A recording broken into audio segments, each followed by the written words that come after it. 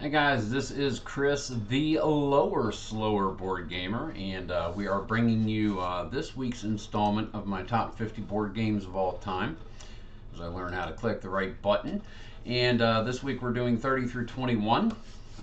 This past Sunday evening, we being Phoenix Knight, Higher Ground Gaming, myself joined IDJester on his channel at 8 Eastern to do our collective 30 through 21. This is my personal rundown of that. And this coming Sunday evening, we will be doing our 20 through 11 on IDJester's channel. And Sunday before Memorial Day, the 30th, we are going to be doing our top 10, 10 down to 1. So check us out over on that channel. And if you want to join in on the fun live, but as of right now, let's go ahead and hit my number 30. My number 30 is going to be, well, kind of a oldie but a goodie, but it's my family's blood sport, Monopoly. And you can see it right up there. We play Monopoly Cutthroat. I live and die by Kentucky, Indiana, and Illinois. Well, at least I used to until I realized that orange and light blues are much more mathematically effective. But I began playing this game at around 10 years of age. And as kids, we used to play for hours and on one or two occasions, days. As we just played forever. But now we do not play but once a year, but the gloves come off. The killers sit down and the rest of the family sits and enjoys the bloodbath. I do not need utilities. I mortgage railroads. Keep your Park Place and Boardwalk. I will grind you into the table. I thrive on the blood of my fallen foes. Do not pass go. Do not collect $200. Monopoly is my number 30. All right, this is one of the first more modern board games I played. It's probably my first gateway game into more modern type games, and that is Catan with the sun right on it. Yee! Catan by Klaus Teuber, here at number 29. My first game was very frustrating. I misunderstood a rule in a highly contested game and did not understand that I could lose longest road. And when I did, I was just so upset, so disheartened. But man, this game, it gets you. It's a good way to learn economy in a game, and I suppose area control with the roads and the settlements. It is a low scoring game. 10 points wins it. But there can be a lot of intricacies that wave into a great game. It does not play solo and is a slog at a much higher player count. It shines at 3 players, and if you have a good experience group, 4. That way it doesn't slow it down too much. And though this game may have cooled a little over the years, it's still a favorite. I mean, it's right here in the top 30. And it has a Monopoly card. Can't go wrong there. So try and count resources to see how close your opponents are to victory so you can make your move when you need to make it. And remember, we built this city on wheat and ore. Catan, number 29. Now, last week I mentioned games that shaped my childhood like cribbage, and number 28 is yet another example of that kind of a game for me, and I still play it to this day, backgammon. I have played for so long that when I roll the dice, very seldom is there a choice for me to make for the move that I should take. It's already dictated and programmed into me. I know what I'm going to be doing. I have a style of play. I've taken it over the years where I try to fill my home court with as many points as possible. Then I go for the jugular and put the opponent on the bar, leaving them one or no ends, and just keep on taking turns. Mom is still able to play this game. Alzheimer's has robbed her of more than a few things recently, and she's doing well and will continue, you know, Alzheimer's is Alzheimer's. But for now, with very little prompting, we still draw our games. She's the one who taught me how to play this game. She's still very good at this game. Some things take a lot longer to forget, and she is just as good with backgammon as she was decades ago.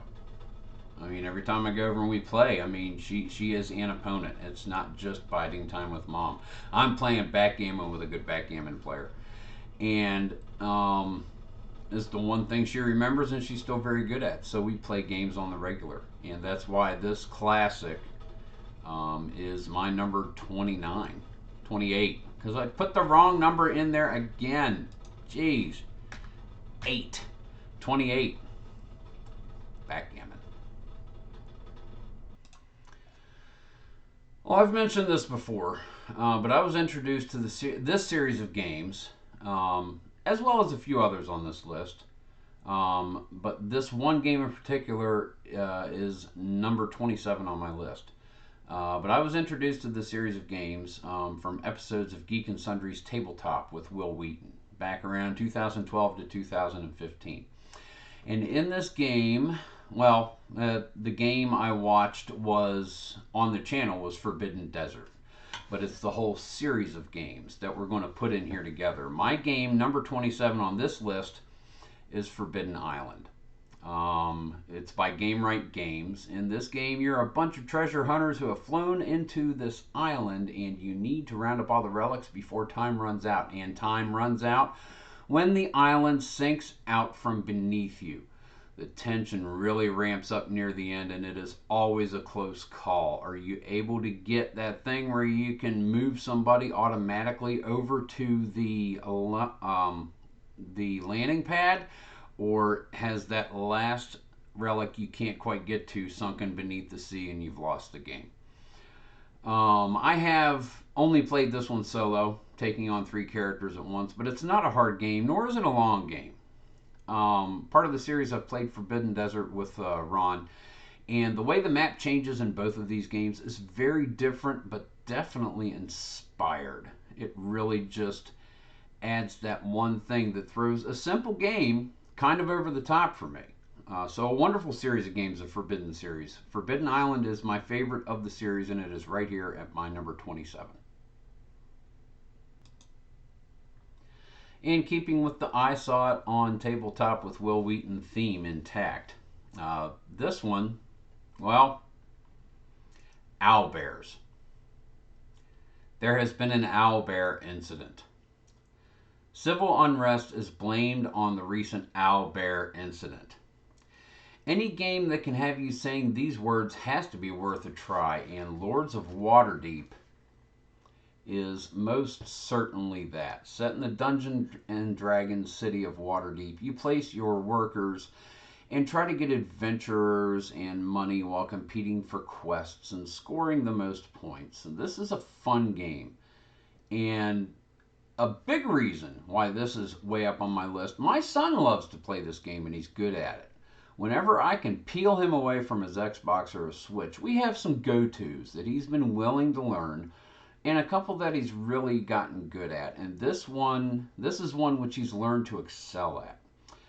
The game we played last October had me racing ahead, only to learn in the final scoring that my son was, if you're familiar with this game, you guessed it, the builder. When he revealed that he was the builder, my face went from victory to oh no. I did the quick math, and yup, came from behind to beat me 171 to 167. He beat me fair and square, and I was so proud of him. This is a great game, especially when I get to be the Silver Stars and I get to sing everything in B Flary. Well, I did it once, but now I'm banned because, annoying. Now they just cast silence on me and we keep playing. Lords of Waterdeep, my number 26. Well, this is the third game in a row whose purchase was inspired by Will Wheaton a few years ago, and this game gets me so immersed in the situation that the game portrays. The guys are trying to cram Valium down my throat at the end of the game just to keep me half sane. I really try not to go all alpha gamer when I play this, but sometimes I just cannot help it with my number 25, Dead of Winter by Isaac Vega, John Gilmore, and Plaid Hat Games, because I know that all of the food or gas will be in the crisis pile because everybody is an honest survivor here at our place, and that everything will be okay, even though all three of my characters have frostbite and 2 wounds. And if I could just find a way to have Sparky the stunt dog be able to tell Mike Cho he's not a real ninja. This game ramps it up with the addition of zombies at the end of every turn, and bad things are going to happen. Even when your fellow colonists go for the food supply and you decide to off one of them to make an example for the rest, to get them to back down. No, seriously, guys.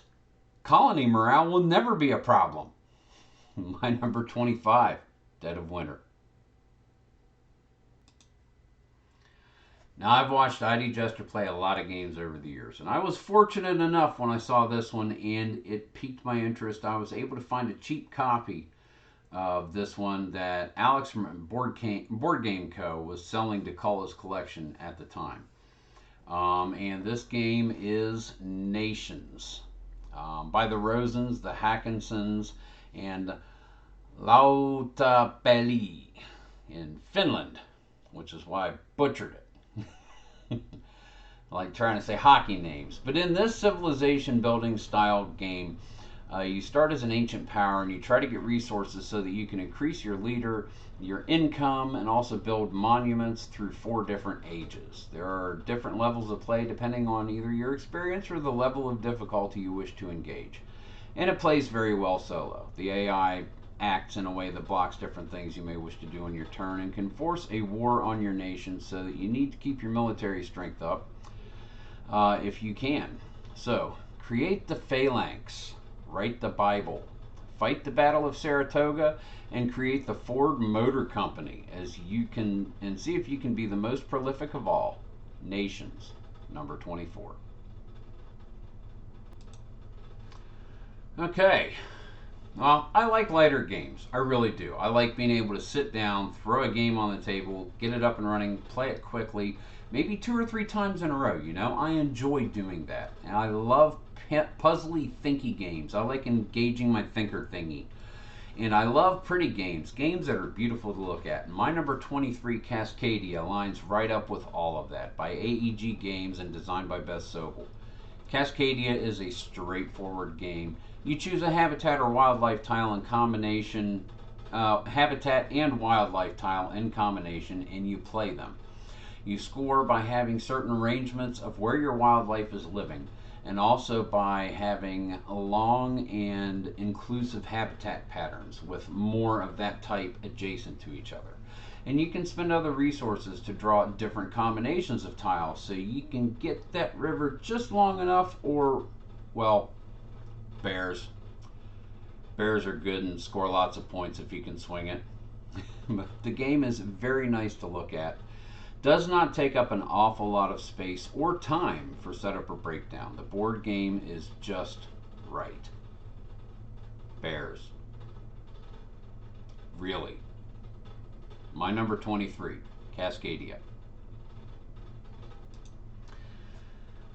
My grandfather taught me how to play chess at an early age. Well, early for me, probably around the age of 8. I mean, it was easy to remember how the pieces moved. What was harder was thinking about what his pieces might do while making my symmetrical opening positions, because it looked nice.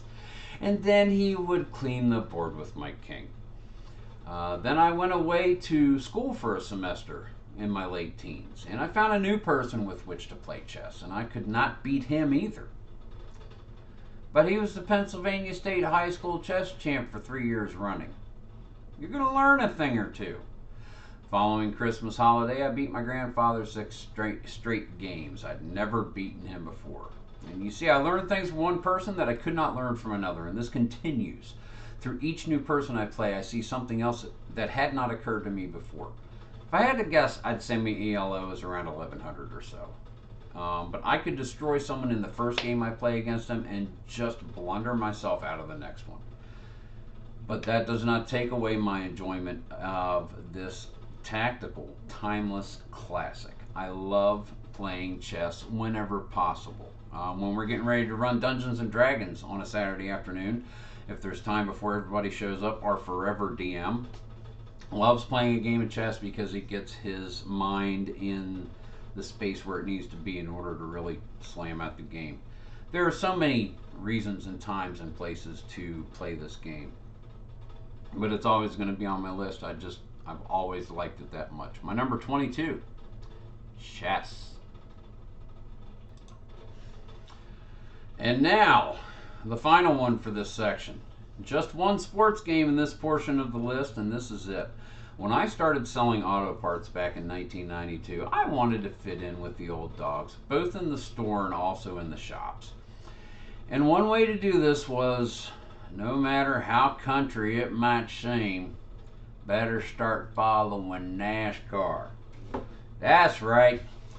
And this interest prompted me to get Red, White, and Blue Racing by Play Games. And I have all the decade sets, but the 90s is the set that I know the most. Dale Earnhardt, Swerve Irvin, Mr. Excitement Jimmy Spencer, Rusty Wineass, Mark Martin. I remember all of these guys. And this game does a real good job of abbreviating a long event down to a manageable game time. There's engine trouble and problems in the pits, and that's not an accident. That's good, hard racing. So, gentlemen, start your engines. Look out for trouble in turn 2. My number 21. It's Jimmy Spencer's number also. Mr. Excitement. Red, White, and Blue Racing. So, yeah, that is my numbers 30 through 21 right there for ya peeps. Again, myself, Higher Ground Gaming, Phoenix Knight. We get together with over on IDJester's channel Sunday nights at 8 Eastern. This past Sunday, the 14th, we did the we did this 30 to 21 collectively, so this is my separate one. On Sundays, I think I said Saturdays before. It's Sundays. And on Sunday the 21st, we're going to be doing 20 through 10. And on Sunday night, the 28th at 8 Eastern, we'll be doing our top 10. 10 all the way down to number 1. It's been 2-hour videos so far, and it seems like a really good, comfortable pace. The final one might last a little longer, might come up with some interesting things to do interspersed in our top 10. And since the following day is Memorial Day, we're all going to be able to go a little over, and I have to worry about burning the midnight oil, so to speak. So thank you very much for watching this. Please come over on the 21st of May, IDJester's channel at 8 a.m. Eastern Daylight Time for our 20 through 11. Guys, thank you very much for watching. This has been Chris, the Lower Slower Board Gamer. Thanks, guys. Keep on rolling.